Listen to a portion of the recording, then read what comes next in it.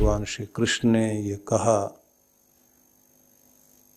कि मैं मणियों की भांति, माला के मणियों की भांति इस संसार को जोड़े हुए हूँ और इस संसार का धागा बनकर, इसका आधार बनकर सब जगह विराजमान हूँ।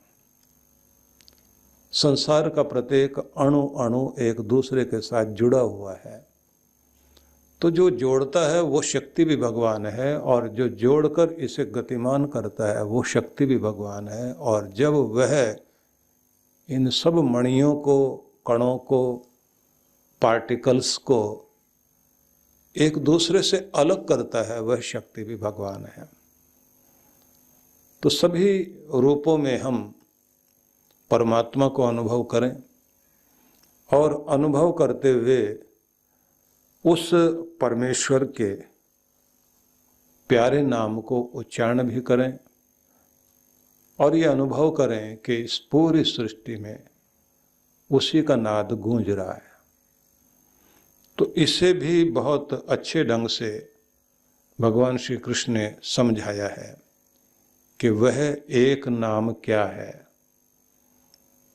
जिसे कहा है उन्होंने, ओम इत्येकाक्षरम ब्रह्म व्याहरन माम अनुस्मरन यह प्रयाति त्यजन देहम सह याति परमाम गतिम। ये ओम जो अक्षर है, अविनाशी तत्व है, इसी का उच्चारण करते हुए जो व्यक्ति अपने इष्ट देव का, अपने प्रभु का स्मरण ध्यान करते हुए देह को छोड़ता है, स याति परमाम गतिम, उसकी निश्चित रूप से परम गति होती है। अंतिम समय में भी जो सहारा बनता है वह परमात्मा का नाम सहारा बनता है, और उसको, जिसे पतंजलि ये कहते हैं तस्य वाचकः प्रणवः, उसका वाचक परमात्मा का प्रणव है, ओंकार है। और ओंकार इति ब्रह्म, ऐसा भी उपनिषदों में कहा, ओंकार ही ब्रह्म है, पर ब्रह्म परमेश्वर है। तो जब आप किसी एक तत्व में पूरी तरह निमग्न हो जाते हैं, श्रद्धा रख करके उसे उच्चारण करते हैं और उसी में आपकी सारी ऊर्जा केंद्रित हो जाती है, तो निश्चित ही आप प्रभु से जुड़ने लग जाते हैं। भगवान का नाम जपना एक बात है, भगवान से कनेक्ट होना एक बात है। क्योंकि नाम जपते जपते जब तक आप खो नहीं जाते तब तक इसका मतलब है कि आप दुनिया में हो। जैसे खो जाते हैं तो आप उस समय देखते हैं कि खोए हैं हम, तो साथ में खो गई है ये जगती, ये जगत, ये संसार, ये माया, ये प्रभाव, ये आकार प्रकार की दुनिया। जैसे ये आकार प्रकार की दुनिया खो जाती है तो फिर आप कनेक्ट हो गए भगवान से। क्योंकि जब आपके विचार आपके अंदर नहीं है, शून्य अवस्था में आप पहुंच गए हैं, तो बस यहीं से आप समझ लेना कि आपका संबंध जुड़ गया भगवान से। इसलिए नियम यही है कि शून्य में सोना सीखना चाहिए। मतलब आप जागृत हों, आंखें बंद रखें और मस्तिष्क को ऐसी स्थिति में पहुंचा लें जहां कोई विचार नहीं चल रहा। जब विचार नहीं चल रहे हैं और आप शून्य स्थिति में आ जाएं, शून्य अवस्था, दिमाग शून्य कर दिया, 0 पॉइंट पर आप आ गए, तो यहाँ एक न्यूट्रल एनर्जी आपके साथ जुड़ती है, जहाँ आप देखते हैं कि ना कोई ऐसी चीज़ है जो पीछे खींचे आगे खींचे, वहीं से रास्ता जाता है भगवान की तरफ। तब आप कनेक्ट होते हैं भगवान से, क्योंकि आप दुनिया को छोड़ चुके, दुनिया याद नहीं आ रही अभी आपको, विचार शून्यता हो गई। इसी को कहते हैं निर्मला अवस्था। एक शुद्ध निर्मल अवस्था में आप पहुंच गए। और जब तक आपके अंदर संसार चल रहा है, दुनिया की बातें चल रही हैं, खुद को याद किए हुए मैं भी, मेरा भी, ममता भी, आसक्ति भी, पदार्थ भी और संसार का व्यवहार भी, सब जब तक चल रहा है। तो इसी को जो ये कहा ना कबीर साहब ने, जब मैं था हरि नहीं, मतलब जब तक मैं करते हुए मैं अपने को याद किए बैठा था, मैं और मेरे को याद कर रहा था, तब तक भगवान से कनेक्ट नहीं हुए। जब मैं था हरि नहीं, हरि है मैं नहीं, जब भगवान मिला तो मैं गई। प्रेम गली अति सांकरी, ये भगवान से प्रेम करने की गली इतनी छोटी है, या में दो न समाही, इसमें दो नहीं आते। आप पुराने नगरों में जाएं तो वहां पर आपको कोई ना कोई पतली गली मिलेगी जरूर। लोग बोलते हैं ना कि पतली गली पकड़ करके निकल, मतलब वहां कोई और आएगा नहीं, तुम ही तुम हो, निकलो और भागो। चांदनी चौक में आप चले जाएं तो एक न एक कोई पतली गली मिलेगी आपको, इतनी पतली होती है कि उसमें दूसरा उधर से अगर आ रहा है तो आप नहीं जा सकते, और अगर कोई है नहीं तो आप अकेले पार हो सकते हैं। दोनों तरफ दीवारें इतनी साथ मिली हुई है, बहुत नैरो स्ट्रीट होती है वो। तो ऐसे में ऐसा कोई भी एवेन्यू बना हुआ होता है जिसके अंदर आप देखें कि बहुत ही नैरो है, तो उसमें से जब आप निकलेंगे तो अकेले ही निकलेंगे, दूसरा नहीं आता। तो ये गली ऐसी है, बहुत पतली गली है, भगवान की तरफ जाती है। इसमें आप जब तक खुद को याद करोगे, तो ये बात ध्यान रख लीजिए, दुनिया याद कर रहे हैं। जब खुद को भुला देते हैं, उसे आने देते हैं, भगवान को आने देते हैं, खुद को भुला देते हैं, बस यहीं से आप कनेक्ट होते हैं। तो मैं नहीं, मेरा नहीं, जो कुछ है सब तेरा ही तेरा, ये भाव जब आ जाएगा। प्रेम गली अति सांकरी, या में दो न समाई, दो नहीं चलेंगे इसमें। इसलिए कनेक्ट होना आता नहीं सबको। ये जो आपसे मैंने कहा था ना,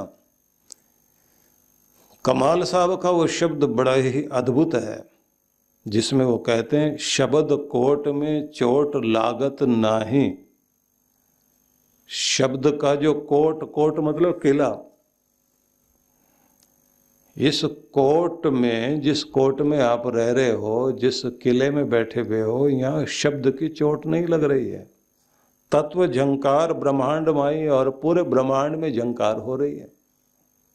पूरे ब्रह्मांड में जिस परमात्मा की झंकार आकाश में अनहद नाद गूंज रहा है, अंतर वीणा जो हमारे अंदर भी गूंज रही है, उसे सुनना नहीं आया। फिर से समझ लीजिए, विचार शून्य करें, मस्तिष्क शांत करें और अनहद नाद सुनने की कोशिश करें।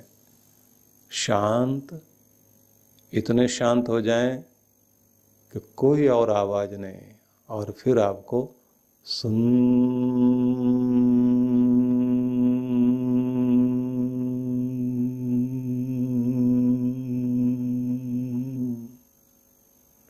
ये ध्वनि भीतर गूंजती महसूस हो। और इस ध्वनि को याद कराने का एक नियम है कि जो संसार में सब जगह बज रहा है, वो नाद तो मंदिर में प्रवेश करते घंटा बजाया जाएगा, तो आवाज आएगी टन।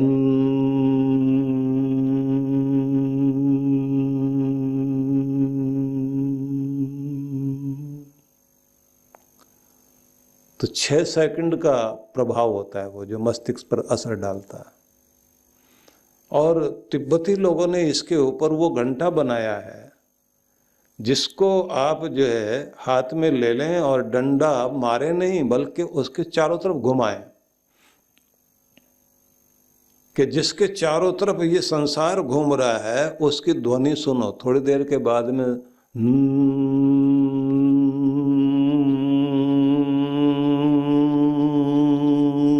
ये ऐसी आवाज आने लग जाती कि बस इस नाद को तुम सुनना शुरू हो जाओ तो कनेक्ट हो गए।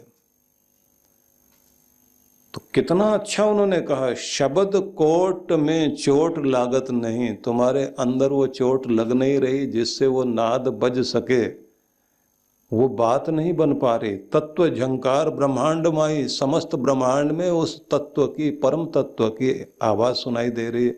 कहत कमाल कबीर जी को बालका, योग सब भोग त्रिलोक नाहि।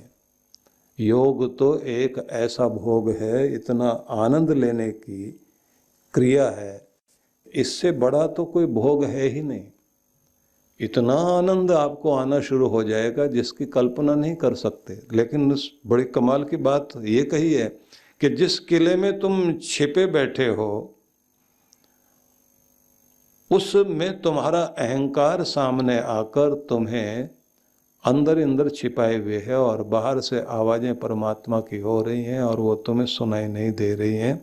तो तुमने जो किला बना लिया जिसके पीछे तुम छिप के बैठ गए हो, तो कहीं तो तुम्हारी मैं का किला है, कहीं तुम्हारे धन का किला है, कहीं तुम्हारे कुल का किला है, कहीं तुम्हारी जाति बिरादरी का किला हो गया।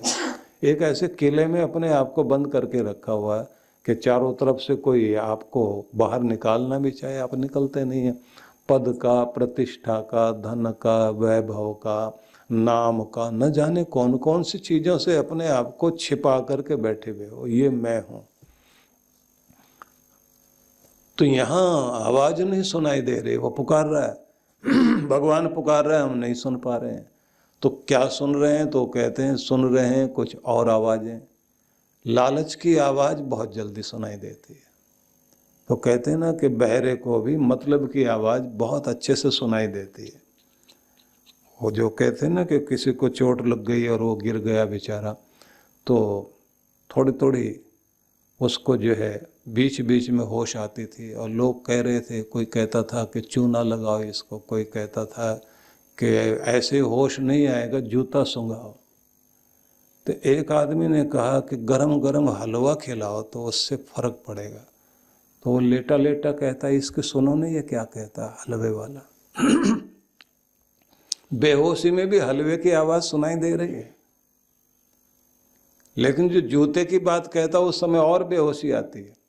तो सबको अपना अपना हलवा सुनाई दे रहा है, किसी को लालच का, किसी को काम वासना का, किसी को नाम का। ये सब आवाजें तो आ रही हैं, लेकिन जिसके कारण ये सब चीजें बनती है, उस परमात्मा का नाद गूंज रहा है, उसकी आवाज गूंज रही है, वो क्यों नहीं सुनाई देती? कमाल ने ये बात बहुत कमाल की कही कि उस दिन तुम्हारी भक्ति शुरू हो जाती है जिस दिन तुम्हें परमात्मा की पुकार सुनाई देने लग जाए और तुम उसको पुकारो, वो तुम्हें पुकारे। जब उसका नाद तुम्हें सुनाई देने लग जाए, यहाँ से यात्रा शुरू होती है।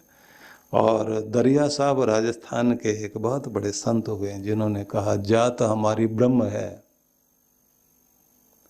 और कोई तुम्हारी पहचान है ही नहीं। जात हमारी ब्रह्म है और माता पिता है राम, गिरे हमारा शून्य में अनहद में विश्राम।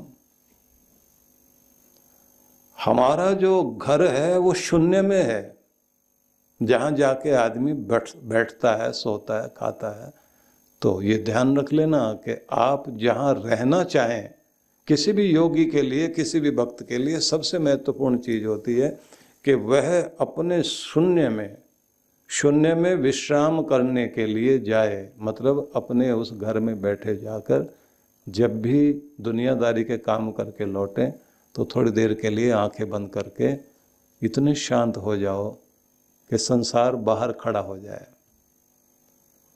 या फिर आप खुद के साथ बैठो। जब आप खुद के साथ बैठते हैं तो फिर आप खुद से बात करते हैं, खुद को समझने की चेष्टा करते हैं। जब खुद के साथ बैठते हैं फिर दूसरों की चर्चा नहीं, दूसरों से क्या लेना देना। तो आप फिर किसी की बात ना करके स्वयं की योजना, स्वयं की बातचीत, स्वयं का चिंतन करते करते, और फिर मैं और मेरा, मैं ये भक्त भगवान का और मेरा कौन, मेरा परमात्मा। तो फिर आप उसके साथ संबंध जोड़ें, थोड़ी देर के लिए शांत होकर बैठें।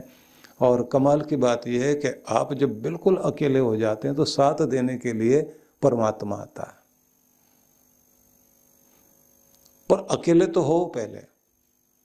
अकेले होने से मतलब है कि मस्तिष्क में आप बिल्कुल शांत और खाली हो जाएं, जिसको भगवान श्री कृष्ण ये कहते हैं कि तुम्हें एकाकी होना है और निराशी होना है। इच्छा रहित होना और अकेला होना, तभी तुम जुड़ पाओगे। युंजीत सततम आत्मानम रहस्य स्थित, अपने आप को जोड़िए परमेश्वर से। किस तरह से? एकांत में बैठकर, एकाकी ये चित्तात्मा, अकेले हो जाओ और स्वयं को जोड़ दो भगवान से। निराशय अपरिग्रह, इच्छाओं से रहित होकर अपरिग्रह, और फिर किसी चीज को जोड़ने और संग्रह करने की इच्छा भी ना हो। बिल्कुल अकेले होकर के बैठो और निरंतर अभ्यास करो, तब बात बनेगी। गीता में ये बड़े सुंदर ढंग से कहा उन्होंने। तो इसलिए ये समझ लीजिए कि जात हमारी ब्रह्म है, बस यही पहचान है हमारी। जिसको टैगोर ने ऐसे कहा, उत्सव आमार जाति, बस एक ही हमारी पहचान, हमारी जाति बिरादरी उत्सव। उत्सव में रहना, महोत्सव चल रहा है जिंदगी का, झूम रहे हैं, गा रहे हैं, नाच रहे हैं, आनंदित हो रहे हैं, रसपूर्ण हो रहे हैं, कि बस यही है हमारी पहचान। उत्सव आमार गोत्र, ये भी कमाल की बात है कि उत्सव ही हमारा गोत्र है।